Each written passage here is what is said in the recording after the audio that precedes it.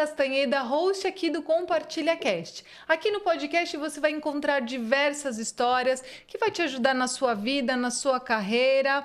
Vem comigo e bora compartilhar. Mas antes de apresentar o meu convidado de hoje, eu te peço, se você ainda não está inscrito no canal, por favor, se inscreve, deixa seu like, comenta e compartilha para que esse episódio possa chegar em mais pessoas. Antes de apresentar o meu convidado, eu vou fazer a minha autodescrição. Eu sou ruiva, tenho 1,64 m, tenho cabelos longos e lisos, os meus olhos são verdes, tenho a pele branca e com sardas. Mas hoje no meu rosto elas estão cobertas pela maquiagem. E eu tenho 44 anos, estou vestindo um vestido azul escuro com uns acessórios, uma corrente com uma bola metade dourada, metade cor-de-rosa, e os meus brincos também são em formato de bola e estou usando também uns anéis em formato de bola. Bom, o meu convidado de hoje é o professor Dr. Fábio Roberto Pinto. Ele é cirurgião de cabeça e pescoço, professor livre docente da faculdade da USP. Tem sua própria clínica que se chama Climed Cap.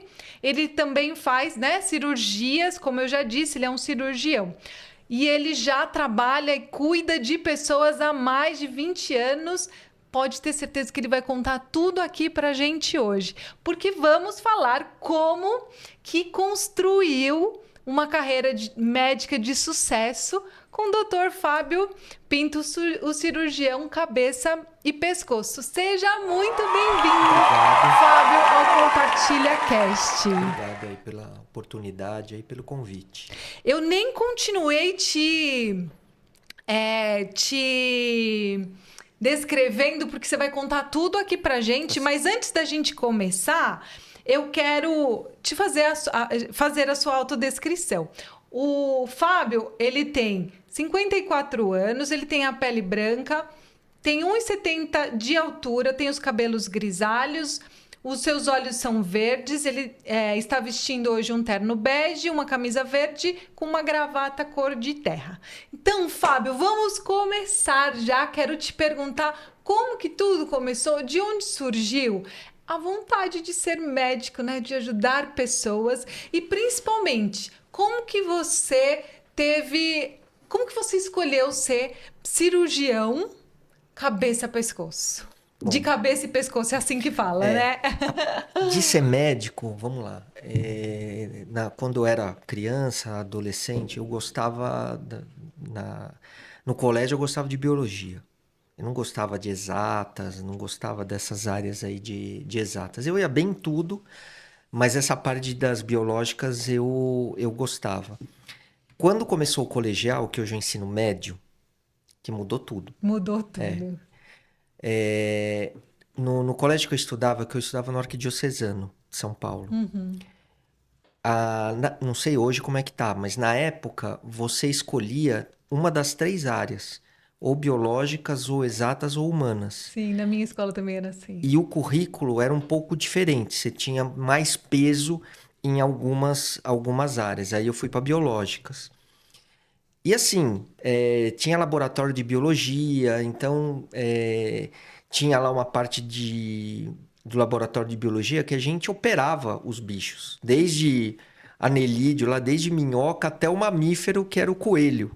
Que legal. Inclusive, no meu ano, tinha uma pessoa lá dos alunos que acho que não gostava. Ela fez uma denúncia para a Sociedade Protetora dos Animais.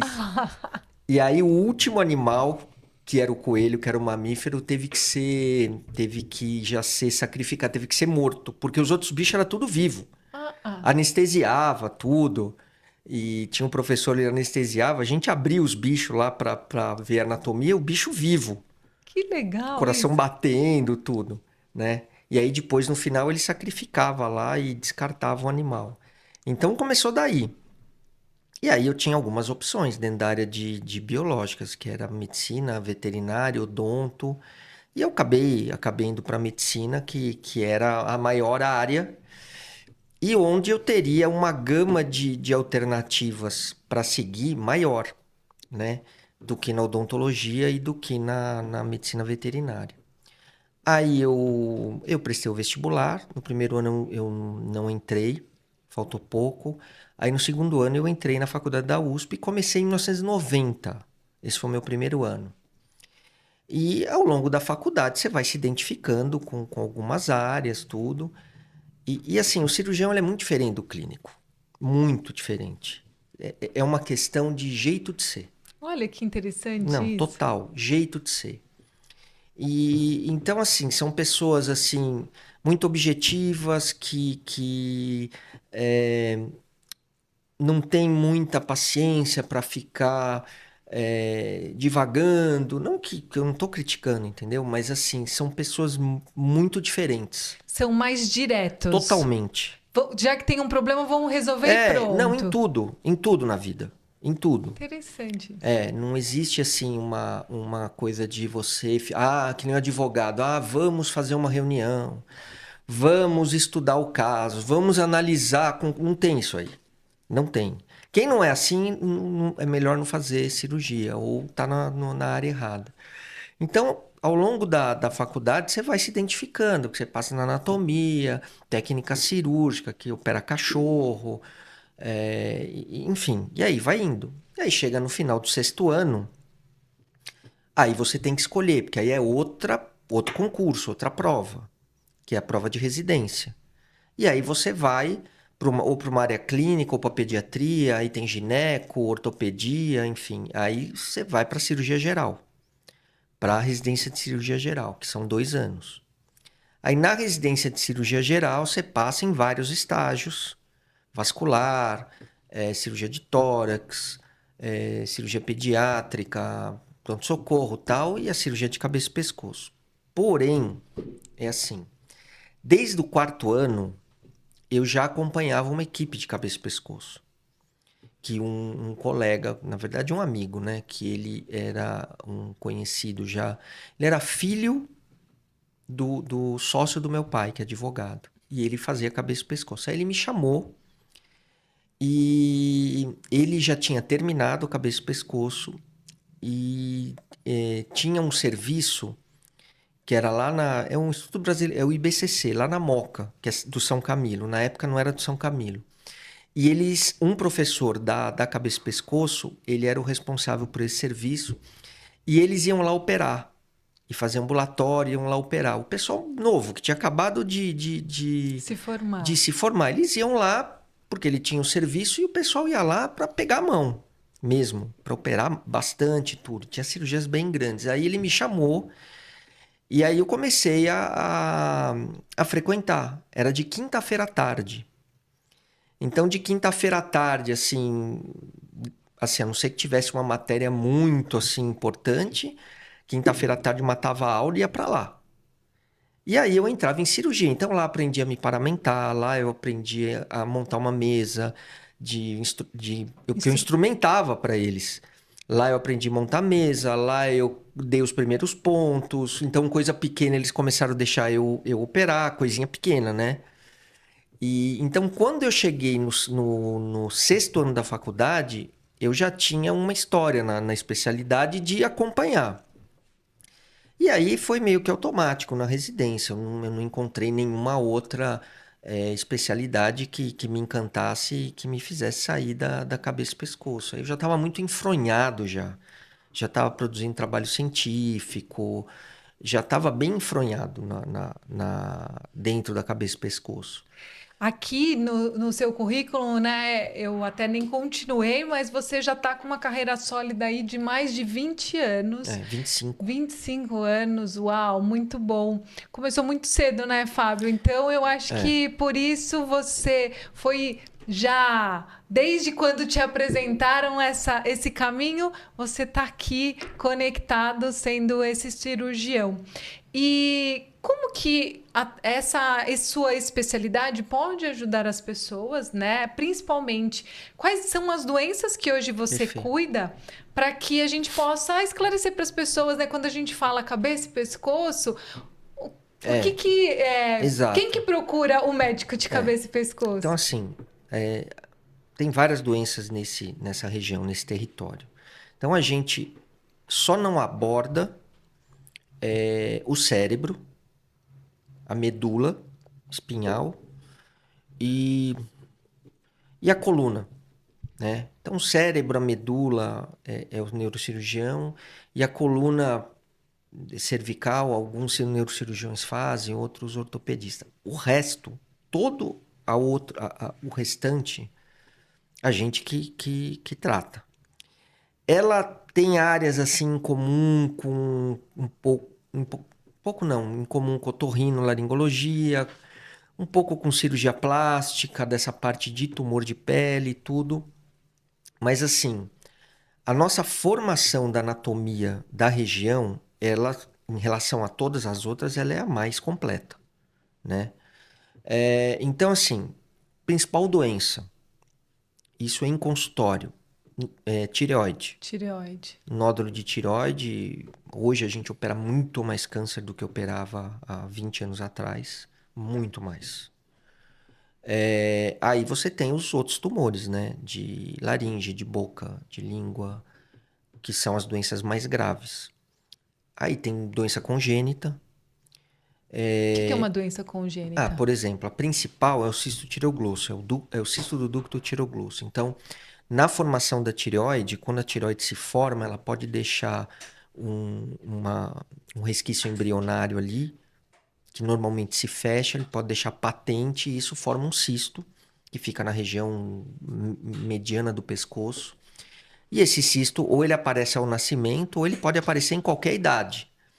E quando ele aparece, ele pode infectar tudo e é um tratamento cirúrgico, né? Tem outras doenças congênitas aí, algumas graves, né? Então a gente opera criança, desde criança até gente. Eu tô com uma paciente de 93 anos internada no Uau! HCOR, 93 anos. Que inclusive saindo daqui eu vou lá vê-la. E então, assim, você tem uma gama de doenças importante. Agora, no consultório, aí você tem tireoide, glândula salivar, que é parótida, submandibular, tem bastante coisa. Eu tive uma grande professora, uma mestra, que ela teve câncer de boca e infelizmente ela não É uma resistiu. doença muito grave. Então, por exemplo, se você pegar o câncer de tireoide e comparar com o câncer de boca. O câncer de tireoide é uma doença que, assim, ela tem uma evolução muito lenta. Tanto que, assim, é muito difícil você comparar diferentes tratamentos, porque você precisa de um tempo muito grande para os eventos acontecerem. O que são os eventos? Recidiva, morte pela doença, etc. Muito tempo mesmo, 15, 20 anos, Uau! 25. Então, e os trabalhos, assim, a maioria dos trabalhos é retrospectivo. É muito difícil fazer um trabalho prospectivo, pegar um grupo de pacientes e acompanhar. Câncer de boca é o contrário. Ele é muito rápido. E foi mesmo dela, É foi muito muito rápido. rápido. E Então, muito assim, sofrido, né? Então, o que acontece? Esses pacientes, quando eles evoluem mal, eles evoluem rápido. Então, aqueles pacientes que têm uma evolução ruim, que não conseguem ser tratados ou que recidiva tudo, a maioria vai morrer em 2, 3 anos Uau! A maioria das recidivas acontece no primeiro ano pós-tratamento, né? Então, são opostos aí, dentro da mesma especialidade, né?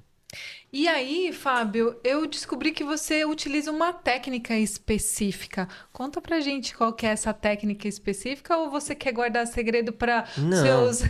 mas qual que é do linfonodo sentinela? O que É que que é? você me disse. Então, o linfonodo sentinela, assim, das novidades, vamos dizer assim, que apareceram ao longo desses anos, né?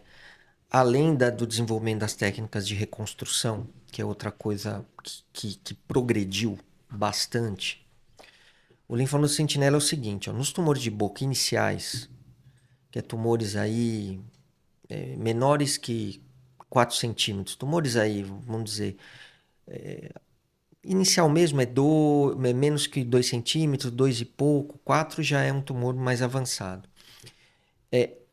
Esses tumores, eles têm um risco de uns 25% a 30% de ele ter já uma metástase oculta num gânglio do pescoço. Então, por exemplo, o paciente chega lá com uma lesão na língua, a biopsiou, é um carcinoma tal. Aí você tem que examinar o pescoço com exame clínico, tomografia, eventualmente ressonância, etc. Aí esse pescoço não tem nada, não foi identificado nada, que a gente chama que o pescoço está negativo. Esse paciente com esse pescoço negativo, ele tem chance de ter uma doença oculta em mais de 20%. Então, qual que é a conduta padrão? Qual que é o padrão ouro que foi estabelecido ao longo dos anos na especialidade?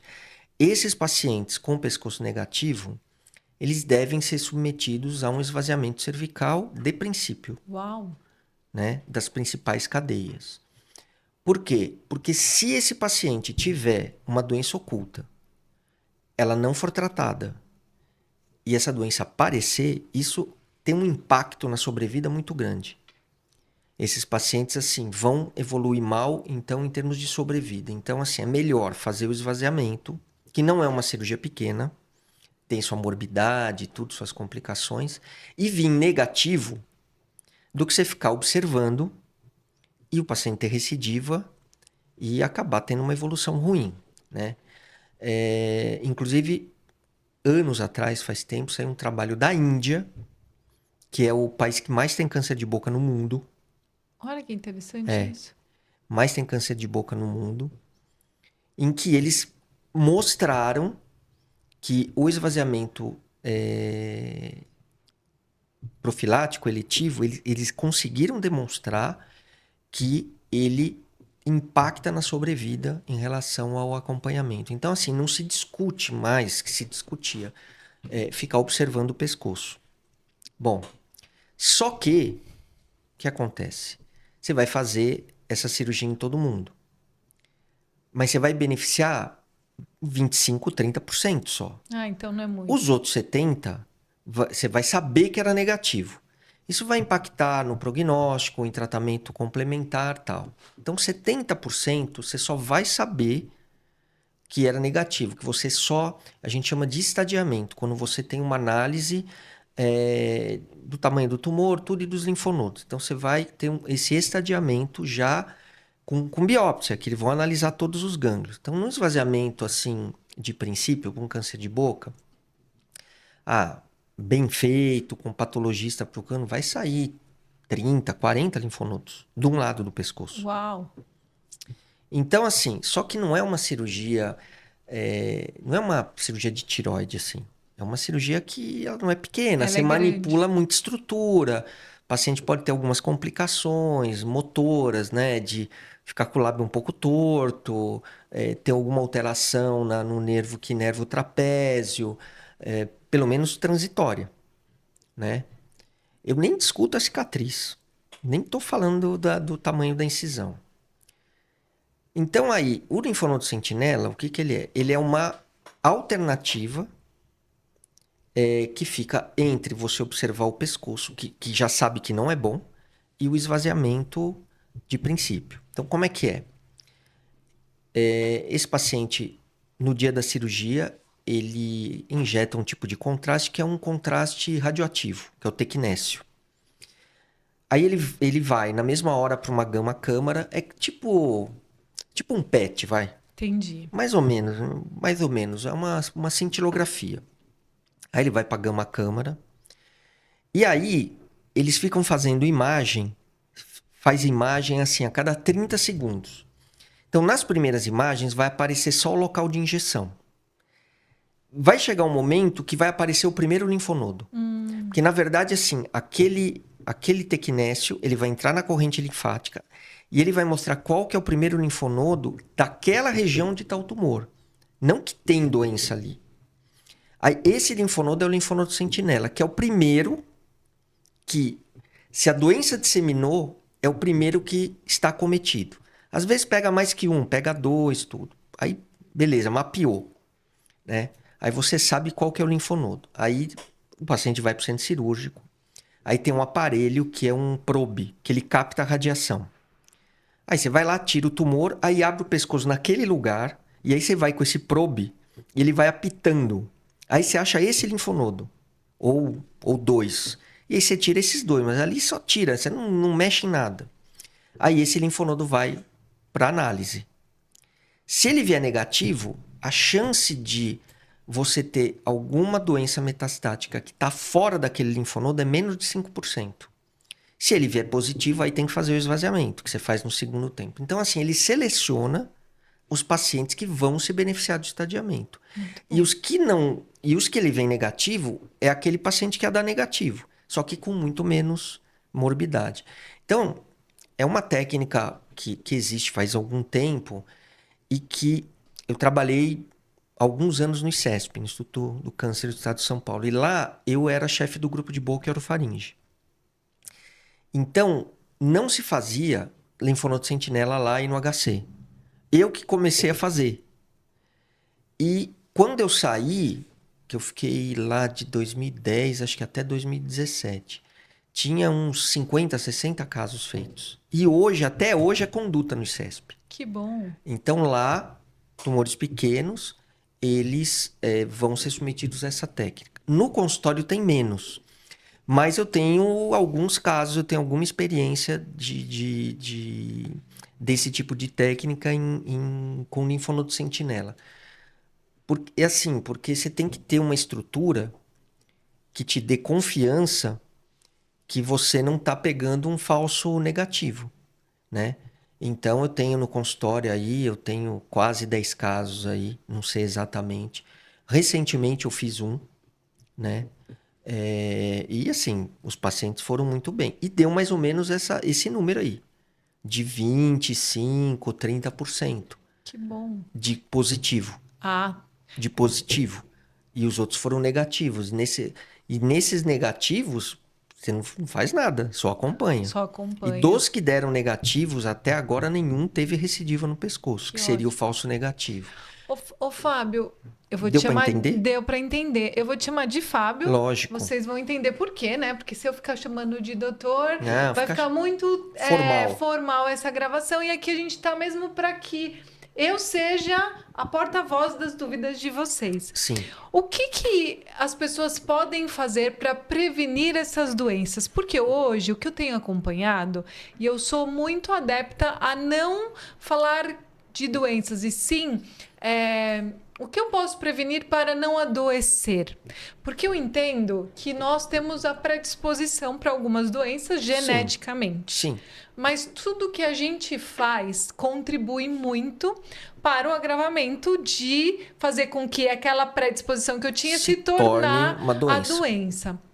O que eu posso fazer para evitar, por exemplo, ter um câncer de boca, um câncer de tireoide, qualquer outro tipo de câncer ou qualquer outro tipo de doença? Para câncer de boca, é muito bem claro o papel do cigarro e da bebida alcoólica. Então, o cigarro é um veneno.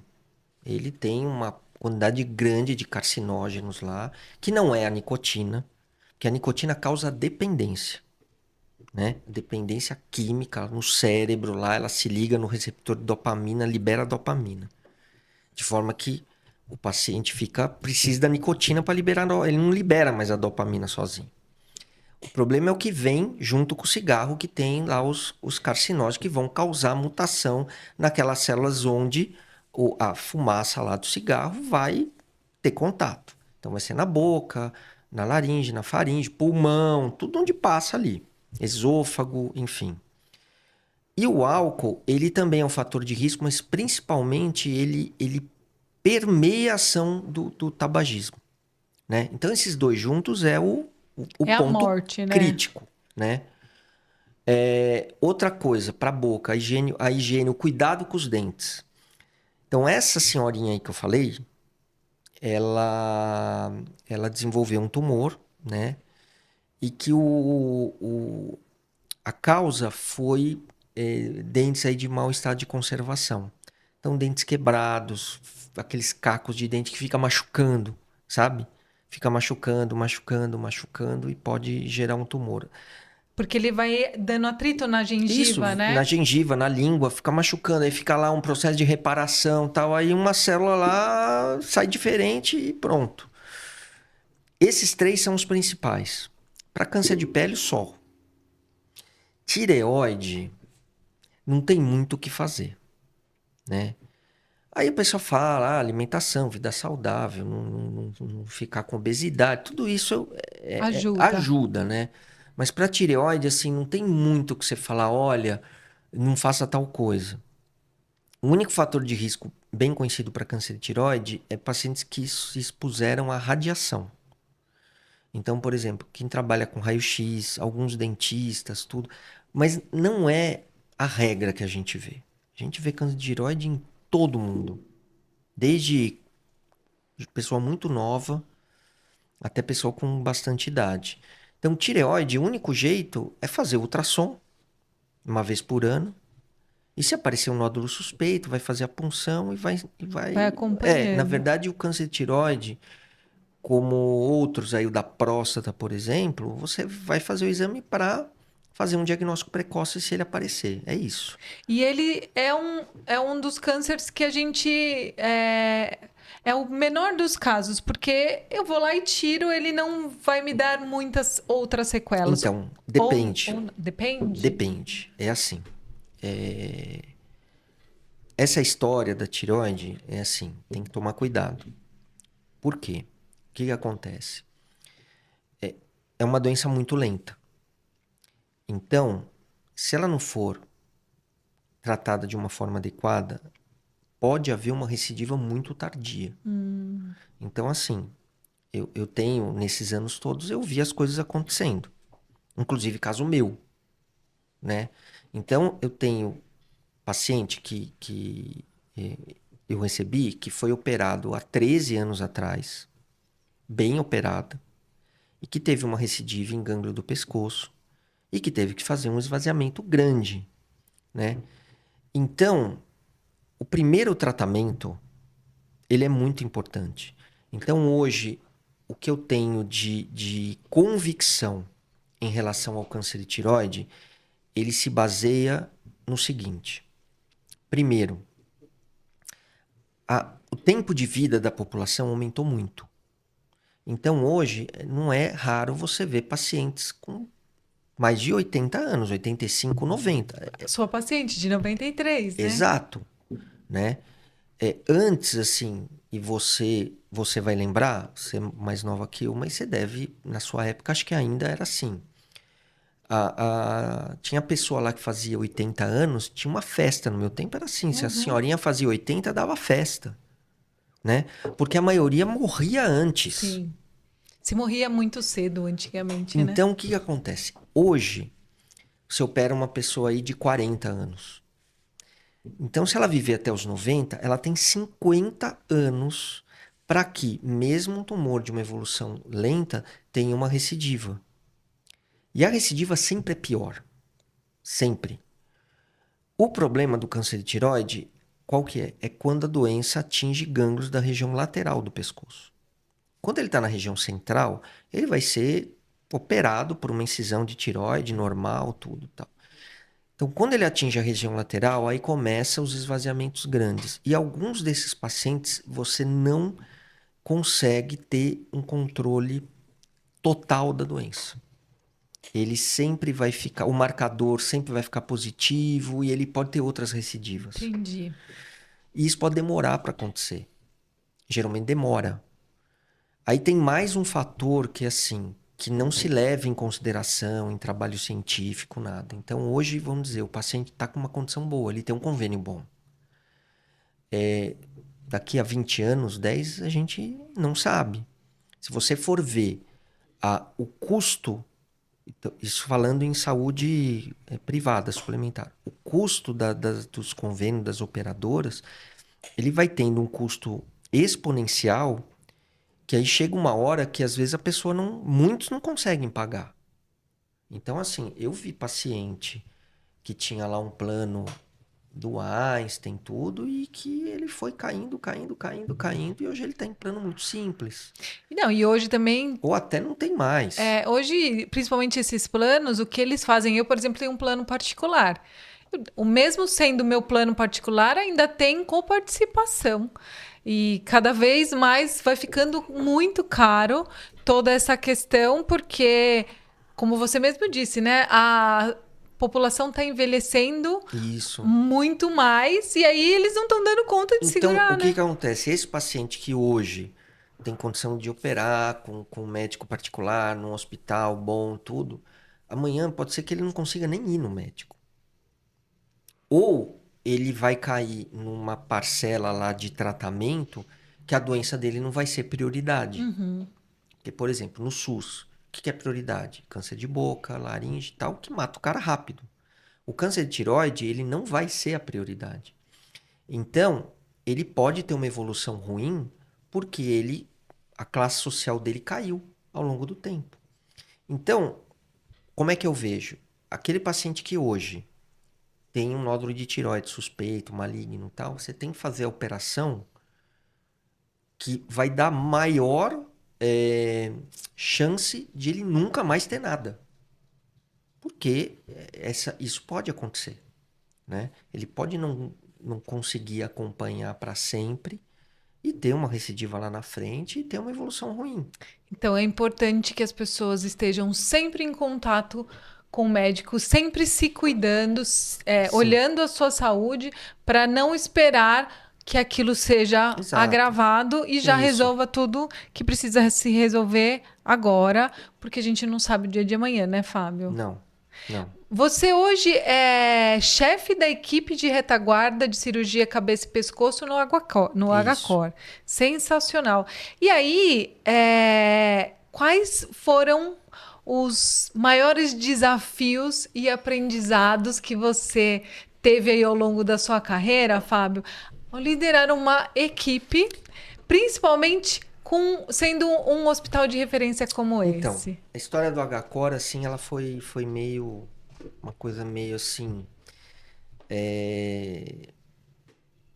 que aconteceu na minha vida. Não foi uma coisa que eu fui procurar para virar chefe. O HCor sempre foi um hospital de referência de cardiologia, cirurgia cardíaca. E se tinha outras cirurgias lá. E eu fui me credenciar no HCor para marcar, para operar, para marcar a cirurgia do consultório. Eu operava em outros hospitais e eu fui me credenciar no HCor. Aí eu me credenciei e muitos planos que o HCor era credenciado podia fazer cirurgia de cabeça e pescoço. E eu comecei a operar lá. E não tinha uma equipe de retaguarda no HCor, de cabeça e pescoço. Não tinha. Então eu falei, e peguei a retaguarda, isso há 16 anos, e assim, eu tô até hoje, por quê? Porque a gente trabalha direitinho, então a gente faz. A minha equipe ela faz cobertura de urgência, de emergência, de avaliação todos os dias do ano. Então, agora, se chegar alguma coisa lá, no PS, por exemplo, que precisa de uma avaliação, eles vão me ligar, né? E a gente tem pouca urgência. Mas, assim, tem avaliação, tudo tal.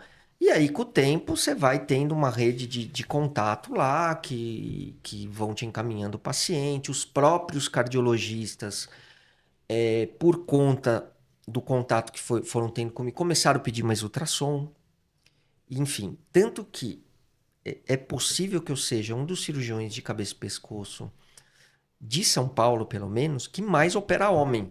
Olha que interessante. Por quê? Porque a clientela do HCor, os pacientes do HCor, é mais homem, por Ah, causa da é? doença cardiovascular. Os homens têm mais probabilidade de De ter desenvolver. doença cardiovascular, né? Olha, Tem mais que a mulher, então o homem infarta mais, né? O homem tem mais doença coronária do que as mulheres. isso tá A ligado. testosterona, tá ligado a todos os hormônios. Então, o estrógeno ele é um protetor de doença cardiovascular. Então, eu, mulher, preciso acompanhar com a minha ginecologista para Sim, estar em ordem para não correr o risco sim. de. Então, mulher, ela tem menos doença. Você tem menos mulher que infarta do que homem, né? E também tem que, hoje menos, mas homem fuma mais, tal, é mais descuidado. Mas o principal, então lá, como tem mais homem, acaba se fazendo mais ultrassom em homem e acaba diagnosticando mais. Então, essa diferença que se fala, olha, tireoide só dá em mulher, mentira. É, dá mais em mulher, mas essa desproporção não é tão Não grande. é tão grande. E homem faz menos exame, Faz. entendeu? Apesar que lá na minha casa é o contrário. Meu marido é bem regradinho. E meu Pois pai é. também é bem Então, regradinho. mas por exemplo, meu pai tem 87 anos. Ele nunca fez um exame de tireoide na vida. Sério. Nunca. Um ultrassom nunca fez. E não vai fazer. E mesmo você sendo médico e ele não quer Ele saber. não vai fazer. Ele faz de outras coisas, de próstata, tudo. Mas assim, ele não vai fazer. E você E acha que é porque é teimosia? porque não quer olhar, não quer, de repente, não quer nem ver. Entendeu? Então, eu fui fazer meu primeiro ultrassom de tireoide, eu tinha mais de 40 anos. Mesmo já sendo Pois médico. é, Ah, eu meu tinha Deus. mais de 40 anos, entendeu? É Então, aquele assim, ditado que a gente fala, mas como é? Casa de ferreiro, Ferreira espeto de Então, pau? hoje eu faço tudo direitinho, tal. Então, assim, foi dessa forma. E aí eu fui, aí comecei a atender lá, que eu faço um ambulatório, atendo lá. Então, assim, aí a coisa foi indo. E aí a gente foi montando um serviço que não existia, né? Foi montando um serviço de retaguarda, de atendimento, de movimentar a especialidade dentro do hospital que não havia. Então, hoje a gente opera lá mais de 100 cirurgias por ano. Então, nesses anos todos, se a gente for colocar 100 cirurgias por ano, a gente fez mais de 1.500 cirurgias. O que que você gosta mais, Fábio? De ficar na parte da cirurgia ou também cuidar da parte mais burocrática, que é cuidar de equipe, cuidar da parte onde o médico precisa disso? Porque quando a gente fala médico, óbvio que você quer estar lá no dia a dia, no paciente, olhando o principal, mas infelizmente tem que olhar toda aquela parte Não, eu acho burocrática. que assim, a parte burocrática é importante. De você organizar a equipe, de você. Se você não tiver essa parte burocrática bem feita, a tua clínica não vai andar. Não vai andar. Aliás, assim, o médico ele é muito desorganizado. É mesmo? São poucos que vão ter uma organização. E assim, você precisa de ajuda de outros profissionais. Não adianta você querer achar que você vai conseguir fazer tudo sozinho. Então, na clínica, por exemplo, até 2012, eu tinha uma clínica que funcionava de forma muito amadora, como é a imensa maioria. Então, você ia lá, atendia, o plano de saúde particular tinha muito pouco, tal, recebia do convênio, aí pagava auxiliar, pagava secretária e assim ia. Era uma coisa pequena, que andava porque era uma coisa pequena. De 2013 para frente, quando a minha esposa virou minha sócia e assumiu a parte administrativa, que a clínica cresceu. Então, que a gente começou a fazer ultrassom, começou a fazer várias coisas, tudo que a clínica cresceu, porque tem alguém que não é médico que vai cuidar de um monte de coisa que você não tem noção. Sim. De fluxo de caixa, de planejamento, etc. E aí, quando o negócio vai crescendo mais, vai ficando mais difícil. Quando é pequenininho, é mais fácil. Então você entende e recomenda que Ah, todo você profissional da tem que saúde ter, precisa você tem que ter um, dessa você tem estrutura. que ter um empresário, que nem jogador de futebol. Tem que ter um empresário para fazer isso aí. Mas a parte assistencial, quando você tem uma equipe, essa aí você tem que cuidar. Sim. Você tem que ver programação de cirurgia, autorização, organizar a agenda, não só a tua, dos outros lá. Porque se você deixar solto, a coisa não vai. Então, essa questão de autorização. Se você deixar a coisa fluir no natural, os convênios vão usar o prazo máximo para autorizar a cirurgia. Então, tem que fazer uma guia bem feita, tem que fazer um relatório bem feito, tem que colocar os exames tudo direitinho, tal, colocar a secretária para ficar cobrando, porque senão não vai. E o que diferencia a gente, assim, posso falar de muitos consultórios, é exatamente isso. A gente faz um trabalho quase de concierge lá para o paciente. Então, Quase não, de concierge a gente mesmo. ajuda a pegar autorização, ajuda a pegar a prévia de reembolso, marca no hospital, marca exame. Então, por exemplo, você falou que antes da gente começar, que você tem um exame, um ultrassom marcado para o final de março. A gente, como tem os contatos no HCOR, a gente consegue marcar rápido. liga para as Porque é uma pessoas. urgência, né? Não é nem porque é alguma urgência, porque a gente quer agilizar. Sim. A gente quer fazer logo o diagnóstico Porque para se tratar. deixar do convênio, Não. ele vai no máximo do Ah, máximo. vai. Entendi. Entendeu? Então, Então, por isso que é importante ter contatos nessa vida, né, Fábio? total. Então, assim, se você não tiver uma proatividade grande, você vai lá operar 4 doentes por mês. Entendi. E você então estava falando da clínica, vamos falar dela, né? Que Sim, é a Climedicap, que é o nome da Medcap. sua A clínica. gente fundou em 2020, né? E posteriormente, em 2013, a gente fundou uma outra pessoa jurídica, que é a PIB, que ela passou a cuidar de um outro segmento de pacientes particulares, né? E a Climedicap, que foi a clínica original, que foi a clínica que conseguiu o credenciamento nos convênios e que fez a clientela ao longo desse tempo, ela fica mais dedicada ao atendimento de pacientes de convênio. Porque ali você dá essa assistência completa. Como você disse, Sim, você trata o paciente de uma forma onde ele precisa do resultado. Então, você é o concierge do paciente sim. para que ele não fique sofrendo, né? Porque muitas vezes a gente não sabe o que tem, daí fica na demora e na dependência do convênio, daí vocês É, já agilizam tudo a isso. pessoa chega fragilizada lá. Sim. Tem gente que chega desesperado lá, né? Então, assim, uma coisa que eu falo.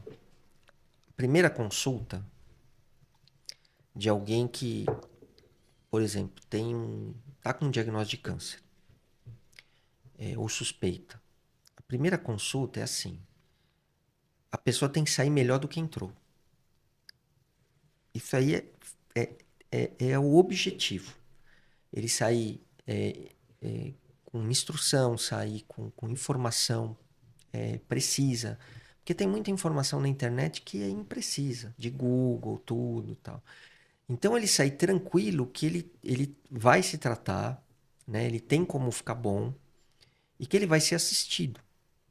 Então, assim, esse pré-operatório, eu considero que ele é o mais difícil do que operar, né? É que você vai conseguir conquistar a confiança do paciente e da família. Então aí também é a forma como você é como pessoa, entendeu? Tem gente que é ruim de consultório. O cara pode ser um cirurgião assim, é, é, extremamente habilidoso, mas se o cara ele for ruim nesse pré-operatório, ele não souber dar atenção, conversar, saber, sem falar mentira, mas deixar a pessoa confortável, ele não vai ter paciente para operar. Sim. Não vai. E a concorrência é muito grande. Então, eu não sei quantos associados tem a Sociedade Brasileira de Cabeça e Pescoço. Sim, de cabeça eu não sei. Mas a maioria tá na cidade de São Paulo. Então, assim, você tem que ser realmente uma pessoa boa, Humana. humana e trazer e conseguir trazer uma confiança para que aquela pessoa seja seu paciente. Bom, tudo isso que você falou é porque você tem esse olhar humano para o paciente, por isso que as pessoas têm a confiança e vai te procura, não só apenas por toda a sua expertise, mas pelo esse lado humano. Inclusive, fiquei sabendo que você é o médico que operou o Fernando Fernandes, que ele trabalha na Band e também operou o Bola. Peixe Os bola. dois, né? Que são referências no mundo artístico que graças a Deus eles tiveram aí uma boa sorte de ter te encontrado, né, Fábio? O Fernando foi acho que uns 4 anos atrás, não tenho certeza. Ele veio indicado de um cardiologista dele do HCOR. E ele tinha um diagnóstico de um câncer de tireoide, né? Eu acho que não tem problema falar. E ele foi operado lá no HCOR, tudo. E assim, na cirurgia da tireoide, assim, a grande preocupação é com a voz. Sim, porque é a profissão dele, né? A preocupação é com a voz, né? Então, apesar de a gente dispor de algumas tecnologias hoje que não tinha antigamente, que é um monitor de nervo, que ajuda a identificar o nervo, assim, você tem que. O negócio não opera para a pessoa. Não opera. Então, e graças a Deus ele ficou bem. Ele foi operado, tudo, fez a cirurgia que a gente considera a mais adequada e ele está muito bem. Inclusive, 9 dias depois, ele foi fazer um programa na Bahia e ele falou da cirurgia, da equipe que operou e tal.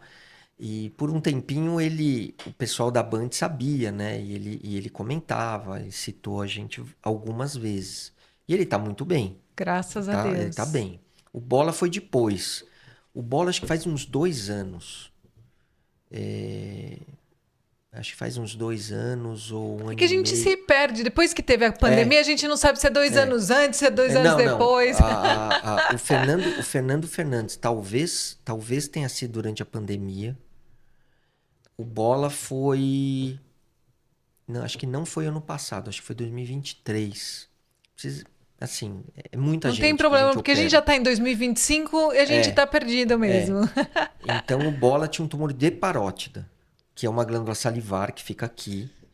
E aí na parótida tem outro nervo que é até pior que o nervo da voz, que é o nervo Nossa. facial. Uau. Então, o Fernando Fernandes era o risco de ficar rouco. O Bola era o risco de ficar com a cara torta. Então, assim, são pessoas que estão lá expostas na TV, tudo. E os dois ficaram bem. O tumor do Bola era benigno, era um tumor de parótida. E o Bola acompanha, os dois acompanham até hoje. Eles vêm lá no Ótimo. consultório com regularidade e tudo. E eles são exatamente aquelas pessoas que a gente vê na televisão. O Bola agora tem um podcast, não tem Tem. mais o pânico, tudo. E que E bom que deu tudo certo, que deu eles não tiveram nenhuma nada, sequela. zero. Isso é muito importante, né? Eu queria aproveitar e te perguntar, por exemplo, a minha tia, irmã da minha mãe, teve tireoide. Ela até tirou a tireoide dela, ela teve câncer mesmo, e ela descobriu quando ela estava grávida. Ela Certo. estava bem no começo da gestação. Eu, Vivian, preciso me preocupar Sim. porque, como eu já tenho muitos nódulos, até cheguei a falar para o Pois doutor é. que eu tenho um colar de pérolas aqui, Pois é. então eu preciso me preocupar por Então, isso? você tem um antecedente familiar, né? A maioria dos tumores de tireoide, a gente chama que eles são esporádicos, ou seja, ele aconteceu com aquela pessoa. A pessoa não tem uma mutação genética, não herdou nada. E em algum momento, por algum motivo, uma célula da tireoide sofreu uma mutação e gerou um tumor.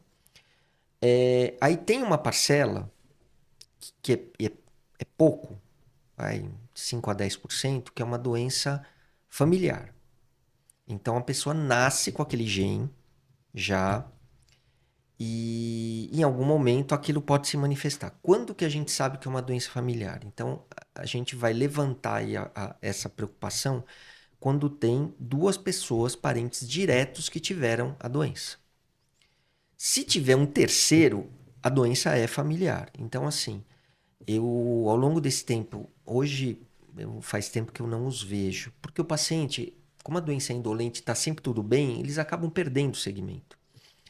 Mas tinha uma família que tinham 7 pessoas. Sempre 7. na tireoide. 7 pessoas tiveram câncer de tireoide. Uau. 7. E como é que descobriu?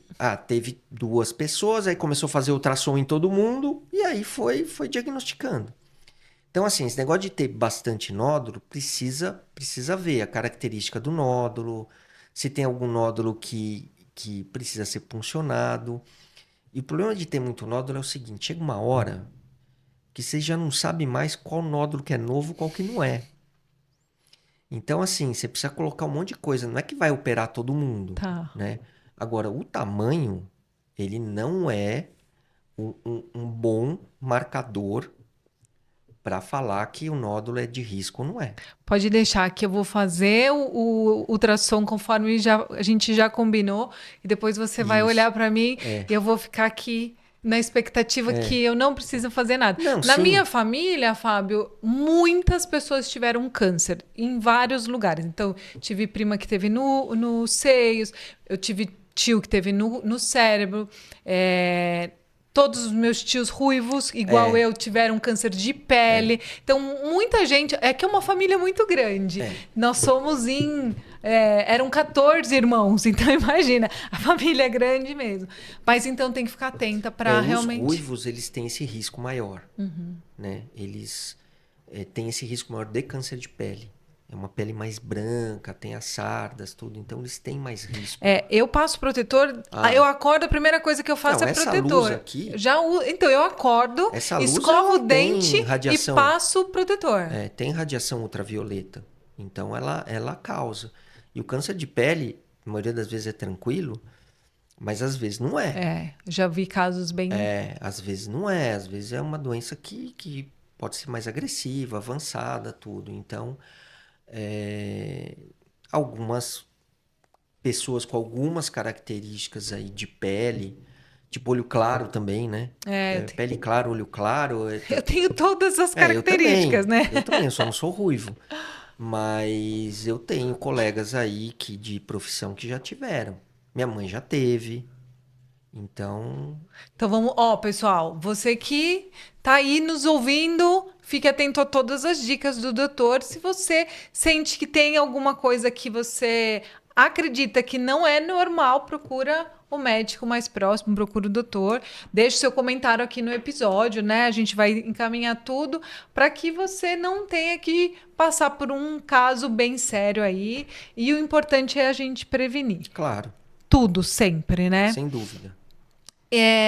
Bom, a gente falou de tanta coisa, né? A gente falou aí da sua carreira, a gente falou da sua técnica, a gente falou, inclusive, desses pacientes que você tratou.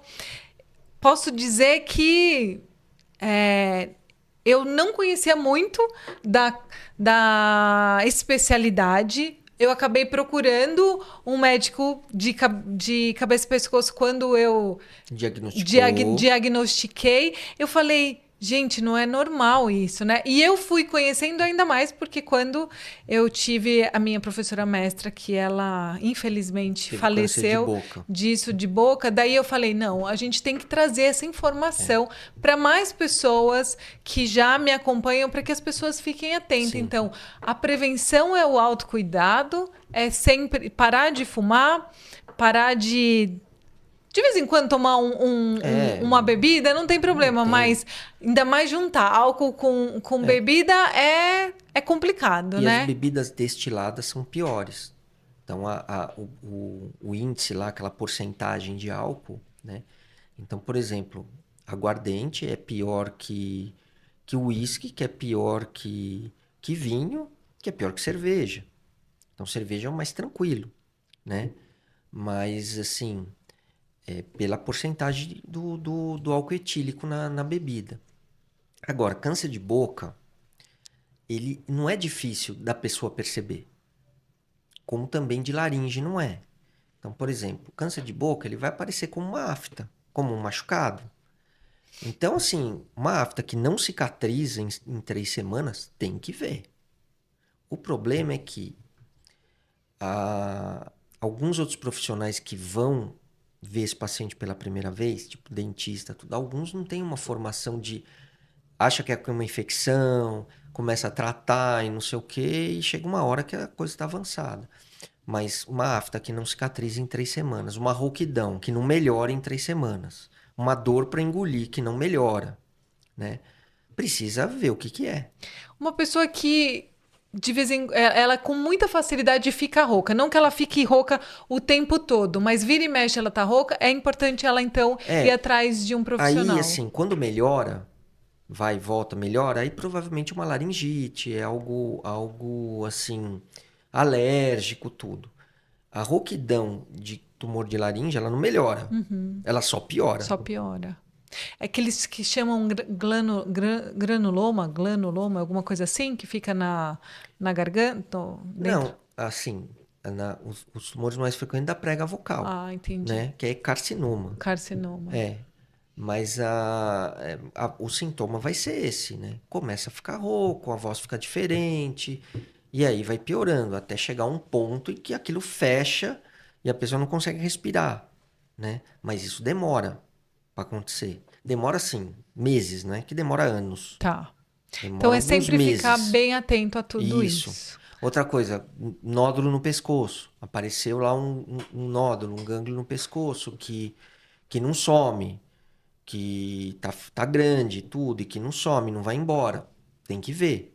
Então, são esses os sinais. Ficou com dúvida, procura o Dr. Fábio, ou vai na clínica no Climed Cap, ou até procura no próprio HCor, que você Isso, tá lá sempre à tô lá sempre. disposição. Mas a gente vai deixar já os contatos dele, fica até o final, porque, Fábio, antes de finalizar o episódio, eu sempre peço que o meu convidado deixe sua mensagem final para quem está aqui nos assistindo, nos ouvindo, de uma forma, inclusive, da importância de cuidar, né, da sua saúde, da importância da pessoa se cuidar no geral, assim, mas também para aquelas pessoas que têm vontade de fazer medicina, que têm vontade de trabalhar na área, na parte mesmo da saúde. Deixa sua mensagem para ele. Compartilha sua mensagem com os nossos Olha, ouvintes. em relação à parte que se refere, que tange a especialidade, né? Então, a gente falou aí de tireoide, de boca, laringe e tal. Então, em relação a esses tumores dessa região da mucosa, tudo, é o que eu falei, dessas aftas que não cicatrizam, rouquidão que não melhora, etc. E quando você nota alguma dessas situações, você vai procurar um médico para ver. E assim, a partir do momento que você conhece que a especialidade existe, você deve procurar a especialidade, justamente porque você pode consultar uma pessoa que não tem essa formação e o teu diagnóstico pode demorar. Para tireoide não tem muito jeito, tem que fazer ultrassom. Né? Pescoço, você vai notar o nódulo tal, e também vai poder procurar o médico. Aí tem a questão do cigarro e do álcool, que, assim, o cigarro é muito ruim. O cigarro é muito ruim. E principalmente aqueles cigarros eletrônicos, né? Então, o cigarro eletrônico, ele na verdade, ele não tem carcinógeno como o cigarro normal. O que ele tem é uma nicotina numa dose maior, então ele causa mais dependência. E ele tem umas essências lá que ninguém sabe direito o que tem aquilo. Então, com o cigarro eletrônico, está se vendo algumas doenças inflamatórias pulmonares em gente muito jovem.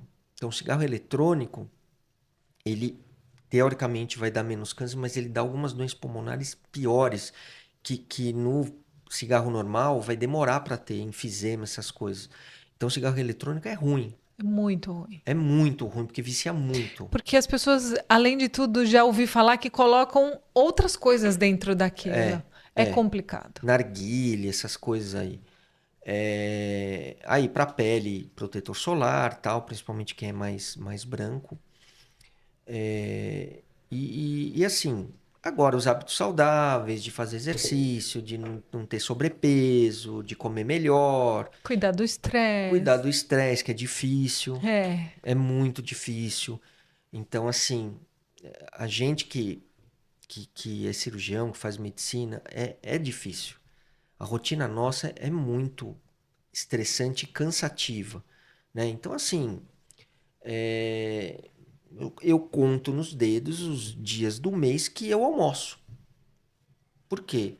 Você está no centro cirúrgico, aí acaba a cirurgia, você corre para o consultório, aí tem trânsito, não é uma coisa tranquila. Mas quando você pode, você tá com a sua família, que isso te Sim, ajuda muito a baixar sim, esse nível sim. de estresse, Não, a né? família é importante. E assim, no começo da profissão, o médico vai ter que trabalhar muito. Ele não vai chegar aí, vai ter um consultório, abrir um consultório e vai começar a chegar gente. Não vai. A medicina mudou muito nesses anos, né? O sistema mudou de estrutura. Tem muita faculdade de medicina, então acaba tendo muita mão de obra no mercado. Isso desvalorizou tal a profissão. Mas assim, se a pessoa realmente gosta, tudo, ela deve seguir. Mas ela deve ter a noção que não é uma profissão que é fácil e que vai, assim, a pessoa, assim, do ponto de vista financeiro, fazer a América, né? Então, e ainda tem esse glamour da medicina, né? De super concorrido e tal, mas assim, a pessoa tem que gostar mesmo para fazer, né? Aí dentro da medicina você vai ter especialidades que são melhores, tem especialidades que são piores. Por exemplo, com esse negócio da inteligência artificial, a especialidade de radiologia, ela vai cair muito. Por quê? Porque hoje você vai ter programas de inteligência artificial que vão ficar cada vez mais avançados, que você vai ter um banco de dados ali para analisar a imagem de tomografia, que você vai ter uma inteligência artificial lá que vai laudar, sei lá, uma centena de exames, que hoje você vai precisar do radiologista para olhar, e que talvez no futuro você vai ter lá um programa que vai analisar centenas de exames e você vai ter menos radiologista para assinar. Sim, mas eu entendo isso e estimulo muito todas as pessoas a ficar muito atento com isso, mas eu ainda acredito que o lado humano, que é o que você tem, que te diferencia dos Sim, demais, é o que vai mostrar e vai avançar para que as pessoas continuem necessitando do humano, sim, né? sim. Eu acho que assim, vai demorar muito para você, o humano, ser descartado totalmente. Mas a gente vê isso acontecer com as tecnologias. Então, assim, um exemplo totalmente fora, né? Os shopping centers, você tinha lá a pessoa que ia lá e você pagava o estacionamento. Você tem hoje, uma grande parte, você vai lá e paga o negócio sozinho. No aplicativo. No aplicativo ou na maquininha lá. Então, essas pessoas perderam o emprego. Sim. E assim como outras. Então, alguns hospitais, a pessoa chega lá, pega a senha, não sei o quê, e já vai, não tem a pessoa lá que recebia. Então, isso é um problema da tecnologia, né? A gente não sabe aonde que vai parar. Então, tem coisas que a gente vê hoje que na minha época de infância era assim impensado que ia ter, né? Por exemplo, Imagina o que vem daqui pra frente, pois né, é, Fábio? Vamos marcar um próximo pois episódio é, daqui a algum tempo pra gente falar. Lembra quando a gente falou ali e o que vinha? Olha o que a gente já tem de surpresa. pois é, verdade. Maravilhoso. Ô, Fábio, deixa aqui pra gente os seus contatos do Instagram, que é onde as pessoas vão poder chegar até a sua clínica. Então, eu acho que a forma mais fácil aí, o Instagram hoje, ele é um meio bastante usado pelas pessoas, né? Então, eu acho que a forma mais fácil é entrar no Instagram da clínica, que é o Climedcap SP. Se vocês forem me procurar lá, Fábio Pinto, vocês vão achar também, né? E poder seguir. A gente faz algumas publicações aí, algumas, assim, que são de vida pessoal, tudo, mas a gente coloca coisas de interesse aí das doenças. E aí tem lá o Bola falando, o Fernando Fernandes, tal, tem essas coisas aí. Mas para chegar na clínica, acho que a melhor forma é através do Instagram. Você tem aí hoje no Google, você põe lá Climedicap e vai aparecer, Com né? Hoje é certeza. fácil de você localizar uma pessoa que você queira. E também, se a pessoa não achar de jeito nenhum, é só deixar o comentário aqui nesse episódio que eu direciono você até chegar lá, até chegar no Dr. Fábio. Sensacional. Lá, já chamei de Dr. Fábio porque a gente está falando da clínica, mas a gente tá aqui entre Fábio e doutor, tá tudo certo. Queria muito agradecer a sua participação aqui no Compartilha Cast, porque o Compartilha Cast ele tem esse objetivo de poder compartilhar também informações, além de contar toda essa história, como que foi, como que você chegou e as curiosidades, né? Porque as pessoas falam, puxa, tenho muita vontade, mas nem sei por onde começar. Agora já tem a sua história que vai poder falar, olha, eu também penso igual o Fábio, então acho que esse é um grande caminho que eu posso chegar. Então, queria muito agradecer essa Eu que oportunidade. agradeço aí o convite, a oportunidade também de falar um pouco aí do meu trabalho, da clínica, de toda essa história aí que é longa. É longa. É E longa. lógico, se você quiser saber mais alguma coisa, deixa aqui nos comentários que depois, se precisar, a gente volta aqui, né, Fábio? A gente Sim. faz um outro episódio, porque agora o Fábio já é da casa. Léo, muito obrigada por você estar aí, sempre me acompanhando nos bastidores. E eu agradeço você que esteve conosco até agora. Muito obrigado por acompanhar mais um episódio do Compartilha Cast. Aproveito para te pedir, se você não está inscrito no canal, já se inscreve agora, deixa o seu like, comenta e compartilha para que esse episódio e os demais possam chegar em mais pessoas. Então, pessoal, mais uma vez, muito Obrigado. obrigado e até o próximo episódio, gente.